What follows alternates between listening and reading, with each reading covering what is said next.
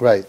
When they rely on you, when you are twisted, means that you understand them and you show them that, wow, this is a really big problem. It's true for you, it's not a big problem. It's true for all your other kids, it's not a big problem. But for this kid, it is a problem. This broken kid, this is a real problem. And you give them that security. See, people don't chap twisted parenting. Why are you giving and giving and giving and giving? You're giving a TV and you're giving this, you're giving that. You're giving them so much. No, no, no. We are creating a safety net for them where they feel that we are tchotchke and giving them everything that they want. But it's not because we're giving them everything they want. We're giving them everything they need. A lot of the things that they a lot of the things that they want, they really need. And it looks like just a want, but when you're broken or you're hurting, you're dysfunctional, you have different needs. And it looks to us like, oh, he's just taking and taking and taking from us. No, no, no. They have different needs. Almost everything is not a want. Even the ones that it is a want, give it to them. Why? Because they feel disconnected from you. They have a whole history of pain in their diary from people and from adults. They don't trust us. They say all the rabbis are molesters. This is how they talk. They feel hurt and in pain. So yeah, I'm giving you and giving you everything you want. Most of it is what they need. And what's very interesting, within a short period of time, they stop asking. They mamish only want the things that they taka need. And do they have other needs or special needs? Yeah, compared to a regular kid, they went through a hard time. They were thrown out of yeshiva. They have special needs. They have more needs. They have things that they need. You very nice Chassidish people don't have television. They're not religious. So is it a need to have a television? Is it a want? They're spoiled? They have different needs. You want them to be comfortable in your house. You have to give them the needs that they want, which is what we're trying to do. The result is you do this for a couple of years, and then they realize, wow, these people do understand me. They don't keep on second guessing me. We're getting there. They don't second guess me. Right? They understand me, and then they'll ask you, all my friends are saying I shouldn't do, what do you think? My friends are saying I should do, what do I think? You have to be very careful to make sure that you always give them the answer that's going to boost their inside and boost your connection to them. Now, when he was complaining about it, he was just saying, ow, ow, ow, I can't deal with this, the car thing. You go in and you say, I see this is so horrible for you. Is there anything I could do for you? What can I do to make your life better? High five, a hug, bring him something to eat, something to drink, something to distract him. But say, you are going through a hard time. Don't delegitimize their pain. Instead, validate it by showing him, because for you it's hard. Somebody breaks their arm and they're trying to lift something and they're going, ow, ow, ow, and you walk over and say, what's the big deal? Just lift it up. For you, it's not a big deal. For them, it's a big deal. Life for kips is hard. It's hard. Regular stress is hard because they can't handle it. You see it. If they could handle it, you wouldn't be here.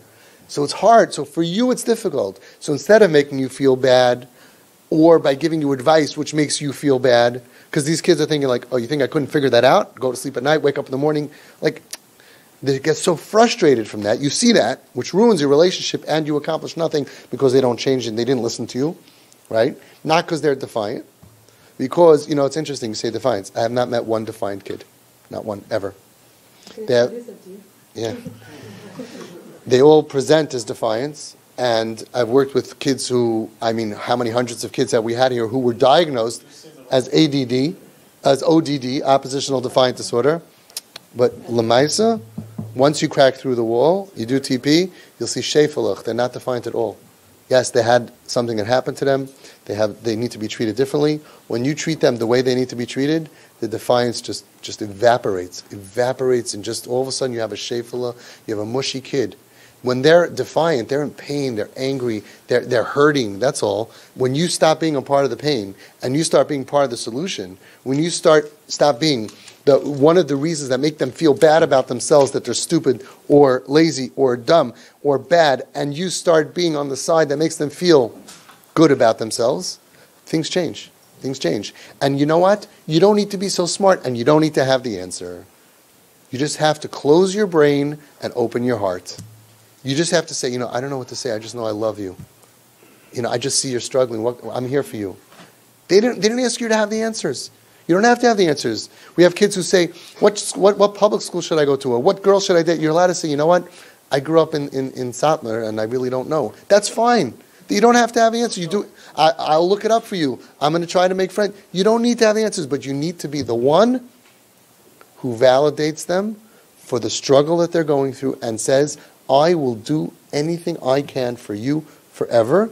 I am here for you. I wish I knew how to take this pain away from you. I wish I could help you. I really feel your pain. And as long as you're in pain, I'm in pain. It hurts me to see you in pain. It hurts me that you lost your job. It hurts me. Can you believe this job?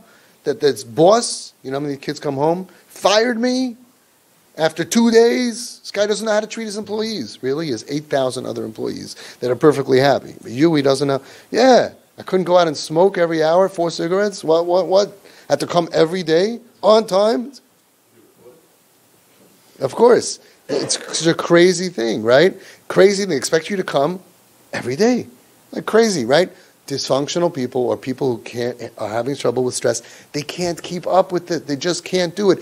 The simple life, get up, go to sleep, do this, they can't because they're hurting. Now, the answer is, don't have an answer. Don't criticize and don't give advice and don't think for 1 second that you can solve their problems, because you can't, because you don't know what it's like to be so broken and so much pain.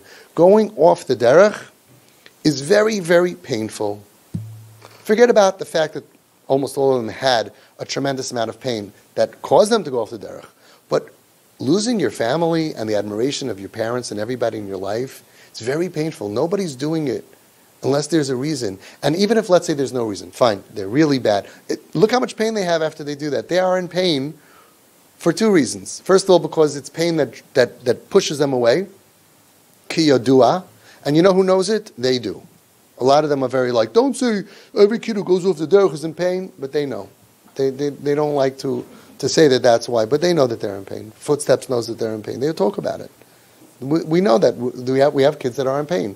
But even without the pain, it's very hard. Once a kid goes off the derech, it's hard for them. It's a very tough journey. I feel bad for them. I feel bad if you have this kid that had no pain in his life and he just decided Yiddishkeit is not for me, right? I feel bad for him. It's very hard to go off the derech. It's a big, big price to pay. Even if you're like me and like all you wonderful parents who accept them and love them, it's still hard. And you know what? Not just Yiddishkeit. It's hard to change the way you are from your family. If your family is a motorcycle gang and you decide to become an accountant, everyone in the world says that an accountant is more chashuv than being in a motorcycle gang. It's also schwer. It's also hard. Everyone gets together and shows off their leather jackets, and you come with your calculator and your tax returns. You're just different. You feel different. You come to the family bar mitzvah, and they're all going with their Harleys, and you come up in your Uber. It's different. And everybody's looking at you. Ooh, what are you looking at? They go to. It's hard to be different. Not only that, you know that there's a support group for parents who are not religious, and their kids become religious. It's hard for the kids. It's hard for the parents. It's called pork. Parents of religious kids. It's hard. Yeah, it's really hard. Pork. It's very hard when your kids go on the derech. I'd love to run a support group for those parents. I have to teach them about love and acceptance and enabling and supporting. Buy him the Gemara. Buy him the Gemara. You'll see that you'll create a bond. He'll go back off the derech. I don't know if it works that way, right? If it works that way. Love your kids. I know some became Shula, Lubavitcher, and his parents took him to a psychiatrist. They thought he went crazy. Right. They really Thought he had a nervous breakdown. He became from. He found God. So the moral of the story is, the bottom line is that you're all going to be faced with these kind of issues. Don't give advice. Give understanding. Right? What was the vart that the Lubavitcher Rebbe said? What did he say? That sometimes what people need is not such a smart mind, but a kind, warm, gentle heart. Give them understanding. Say, wow, I don't know. And look how much easier it is for you parents. You don't have to be thinking about how to solve all of their problems, which they're never going to listen to you anyway, and you can't solve. Just back down. It's very hard because some of us are very smart and we like to problem solve. You're not solving this problem here. You just say, wow, I wish I could help you. I'll tell you one thing. I love you. I'm with you. I have your back. When you figure out what to do, I give you my full support. And you know what? When you boost someone's self-esteem and they feel, Imay anachi b'tzara, I'm not alone. Imay anachi, my mother, Imay with an aleph, right? And aviv anachi b'tzara, we're with you. That alone is very good. Some of the best things I ever did with the Home Sweet Home Boys was when they told me like their situations, which were sometimes so confusing and so painful, and I really didn't know what to say. And I would just look at them and say, you know, I don't know what to tell you. I'm with you 100%. You're not alone.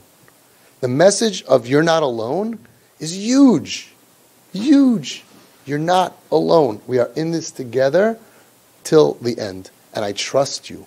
And I believe in you. And if you feel in your chess game of life that this is your move, I'm not going to say, well, I think you should do that. It's not my game. I am giving you my backing. I'm validating you because I believe in you. And if this is your move, you have my backing. Whatever you do. When you do that, we don't have kids that we have to call shomrim. You know, we've never had a twisted parent family. Kol hatzalah, shomrim, violence, fighting, arguing, defiance. The kid is angry at you. No, he looks at you. You're my support system. You always are there for me. And they look back years later and they say, wow, how were you there for me when I made all the mistakes? And this is very key. We love to be there for our kids when they're doing well. But when they're struggling and making mistakes, we drop them. But those are the kids that need us even more, in the mistake, with the mistake. Because they're making mistakes because they had a life that we don't understand. They have pain that we don't understand. They had rejection that we don't understand. Many of them had abuse and trauma. Whatever their story is, it's not you. And that's what it means when it says, Al taden es chavercha ad shetagi lam kaimai. Don't judge somebody else until you reach their makom. And the Sfas Emes says you will never reach somebody else's place because no two people are the same. So stop judging. And part of judging means I'm giving you advice. That means that I understand you and your limitations and what's blocking you, and you could do this. That's what advice means. Advice, you don't go to somebody with broken legs and say, you should get up and walk. That's not advice. Advice means I feel I understand you and I get you and you have to do this. And if you're wrong, it means you don't understand me. You don't understand me. It makes the kid feel so verloren. My own parents don't understand my tzibrochenkait. This is also why they don't trust adults. This is also why they hate therapists. A lot of them went to therapists and they had a secret. The ones that were abused or the ones that were being hurt by their family, by their parents. And they come to the therapist's office and they're there because they're hurting. And the therapist spends 45 minutes with them and is asking them questions, and a lot of them, they shut down completely. They just shut down totally. They mamish shut down. And you ask them years later, I say, why didn't you just tell the therapist? He goes, I'm looking at this guy. There's a thing on his wall, a doctor and a therapist and this and that. He's looking at me, and you can't figure out what's wrong with me? You need me to tell you? You can't figure out why I'm trembling when my father walks in the room. You can't figure out why when I said I don't want to go to my cousin's bar mitzvah. What? You have no clue? You don't know signs of trauma when they get older they can realize. You don't know what PTSD looks like? Idiots. And it's true. They're there and they're saying, come, well, I can't help him if he's not going to talk to me. Really? Really? Open up the conversation and develop a relationship that the kid will open up or realize what you're dealing with. You know how many kids opened up to me? This is really a problem because you can't buy that when you go to school. You can't learn that in school. They don't teach you how to have emotional connections to people in therapy school. There are some therapists that the kids open up to, and then they can do their training. There are other therapists, they may have the same training, and the kids will never open up, or they throw a bone, or they throw a lie, or they just give the guy enough information. You can't learn that. It's a nafshiyistic gift. You have it or you don't. You know, I wish that we can clone this and we can teach that. But in this room right now, how many therapists did your kids see? If you added up all of the people that slipped through their fingers, and the therapist had no idea what was going on in your kid's soul, in your kid's essence, in your kid's emotional being. They just don't know. And it's not their fault. They don't have nevuah. They don't teach that in therapy school. But without that sense, and you see guys on the street, right, that are working with kids. Why are they working with kids? They weren't taught, right? They learn stuff also. Tools are great, but they have the ikar. They can get that kid and put their arm around them, and they can bond, and they can make the kid feel important. They can make the kid feel special. They can make the kid feel, the most important thing, I like you. I believe in you. I actually care about you. And 45-minute therapy session does the opposite. Even if you're the kind that really does care, but when the kid knows, like, okay, 44 minutes, boom, okay, we're done, it gives them the impression they don't care about you. It's very, very hard. And it's not their fault, because they're not allowed to even care. It's against the training. It's not good for them. They can't get personally involved. They can't. So it's very hard for them. The mentors on the street, I was just driving Thursday night, 12 o'clock at night. I saw one of the big mentors on the street, Gishmak, a Chassidish guy, and he's out there always. Wherever I go, I see him. So I'm at a chasana on Wednesday. I just, whenever you see Kips, he's there on the street, working the street. He sent a lot of parents to me. He gets it, right? And he goes, he looks for training also. You need the smarts, but you need the heart. And his bond with these kids is based on feeling, on hergish, right? It's based on, I get you. And if I don't get you, I trust you. I trust you. I believe in you. I like you. I know you're going to be successful. I know I'm going to be at your wedding in a couple of years. I believe in you. You can't get to the mentors. They're out there on the street and in different neighborhoods. But those are the ones that really get it, right? Now, I need you parents, someone asked me, what can parents do? If you have the training of those mentors, and you can be the mentor for your kid, where you have the brain from your training, but really it's the heart. A lot of the training, by the way, I don't know if you noticed, it's to stop thinking. Turn off your brains already. Stop. But how can I do that? Just become dumb, okay? Some of you have a problem. You're very smart over here. Just dumb it up a little bit and just open up and stop judging and stop fixing and stop thinking. Just feel, right? Just feel. I feel for you, right? And if you're the mentor, if you have the skill of those guys, you have access to the kid much more than that guy on the street if he happens to meet him. You want to know how to find the mentor? You're the mentor. Your kid is in your house. You know where he is. The mentors don't have access to him. You do. So you have to learn now. You have no choice how to get to the kid. The first thing is no advice, no brain. Don't use your brain. If you need to use your brain, call me. I'll tell you whether you should or not. Okay, occasionally you have to. But the brain is for a situation that happens, fine. But the relationship is about when you walk into the room, you're kulei hearts. You're all heart. And that's why they love dogs. Right? Kalev is kalev. They don't want your advice. They want you to jump at them and lick their face and be happy to see them. Don't actually lick their face. They don't actually like it. When I tried it, it's not good. That's what happens. What does the dog give you? You know what it gives me? No advice. Unconditional love with no advice. It doesn't tell me how to fix things. Doesn't tell me how to think and how to feel. It's happy to see me and it protects me and it stands by me. And if somebody's going to threaten me, it's going to bark like crazy. That's what you parents do. Somebody's going to threaten your kid or look at them. You're going to bark like crazy. Don't look at my kid that way. Don't mess with my kid. You have to defend your kids. So you're the mentor, and you're the dog. You're a kalev or a kalba. We're not going to use the English words. Okay? So that's what you have to be for them. And when you have that training, you have access all the time. Let me tell you something, a fact. Your kids know how you feel about them and what you're going to say before you open your mouth. You understand? Comprende? Before you open your mouth, they know he gets me or he doesn't get me. He's for me or he's against me. She likes me or she doesn't like me. And if they feel that you like them, you could tell them much more stuff. If you really don't like them and you're annoyed by them and you're frustrated and you don't understand them, you don't believe in them, you don't believe that they're good, then whatever you say is not going to work because they know, they get the vibe right away. You know, I once sent out a whole schmooze and it was called Your Vibe. You know what it was? Your vibe is huge. So I sent it out. Your vibe is huge. And Chassidish I wrote me back, goes, how dare you talk about my wife like that? Your vibe is, your vibe is huge. Your vibe is huge. That's a bottom line, that you have a vibe around you.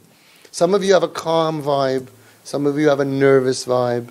Some of you have an anxiety vibe. Some of you, let's get stuff done. You have to go low and slow. Just relax. Calm down. You're entering a situation with somebody who needs you to go with their vibe, and to just relax them. And when they're tense, you have to be even slower. Just be, okay, sure, no problem, I understand. I'm sorry you're going through this. What can I do for you? You shut up and don't tell me what to do. Beep, beep, beep, beep, beep. No problem, I'll come back later. Fine, I'm here for you. And they'll make mistakes and they'll use you as target practice for their guns and their stuff. No, and you say, no problem, tomorrow's another day. It's fine. Yes, we take abuse. But you know how short the process is? Once you're really giving them then all of a sudden, mamish, in a short time when they believe you, they're not only not going to abuse you, they're going to want to be made after you. They're going to care for you. We have kids who, a few years later, they're giving money to their parents to go on vacation, right? Many of these kids. They have good hearts. You got to just win them over. And you got to know that when they're in a bad mood, even though they're hurting you, or it's nothing to do with you. Your son's meltdown had nothing to do with you. It only had to do with you once you entered the room. And when you entered the room, what are you trying to do? One thing. Give him a hug. If you'll accept it. If you'll accept it.